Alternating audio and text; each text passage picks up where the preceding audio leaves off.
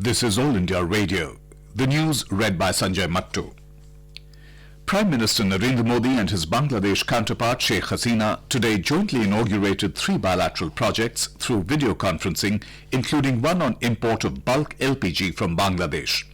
The other projects are the Vivekanand Bhavan at the Ramakrishna Mission in Dhaka and the Bangladesh-India Professional Skill Development Institute, a facility to benefit small and medium enterprises at the Institute of Diploma Engineers. Besides, India and Bangladesh signed 7 agreements in New Delhi this afternoon in several areas, including education. The MOUs were exchanged following bilateral talks between Prime Minister Modi and Ms. Hasina at Hyderabad House. In his statement, Prime Minister Narendra Modi said the projects inaugurated today have the common goal of improving the conditions of the common people.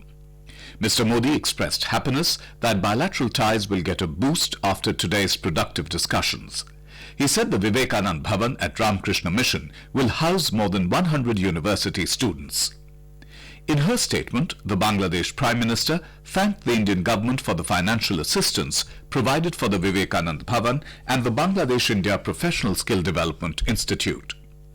Earlier today, External Affairs Minister S. Jaishankar called on the visiting dignitary and reaffirmed India's highest priority to relations with Bangladesh.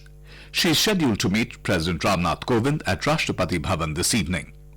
Ms. Hasina arrived in New Delhi on a 4-day visit to India.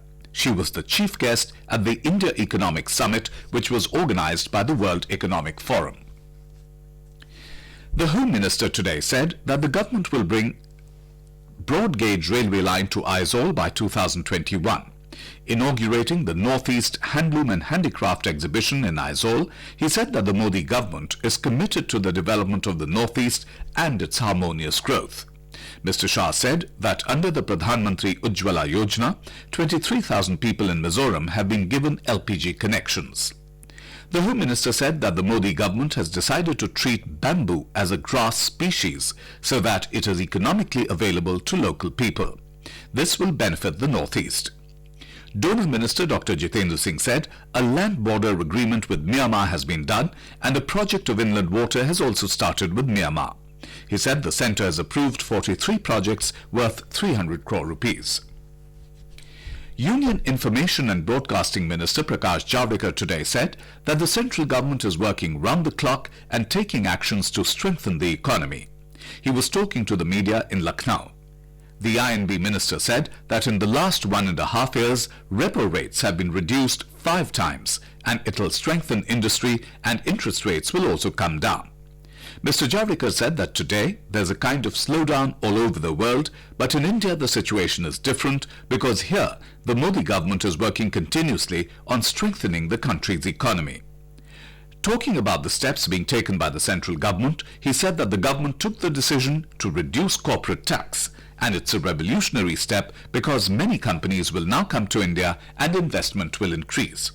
He further added that the government has decided to invest 100 lakh crore rupees in the country's infrastructure, with 10 lakh crores investment pushing in every year. Finance Minister Nirmala Sitharaman has said that demonetization and GST encouraged digitization that will drive the country towards an open and transparent economy. Addressing a gathering during the National Tax Practitioners Day event in Dharwad today, the Finance Minister asked the tax practitioners to create awareness among the assessees to consider tax not as a burden but as a contribution to nation building for reaching basic needs to the poor and fighting climate change. Scrutiny of nominations will take place today for assembly elections in Maharashtra and Haryana. The filing of nominations in the 2 states ended last evening. Candidates can withdraw their nominations till the 7th of this month. Polling will be held on October 21 and the counting of votes will be taken up on the 24th. In the Visakhapatnam cricket test, Team India is now trying to consolidate its position after securing an important lead of 71 runs in their first innings. India were at 175 for the loss of 1 wicket at tea. Earlier, South Africa were bowled out for 431 in reply to India's 502 for 7. And that is the end of this news bulletin.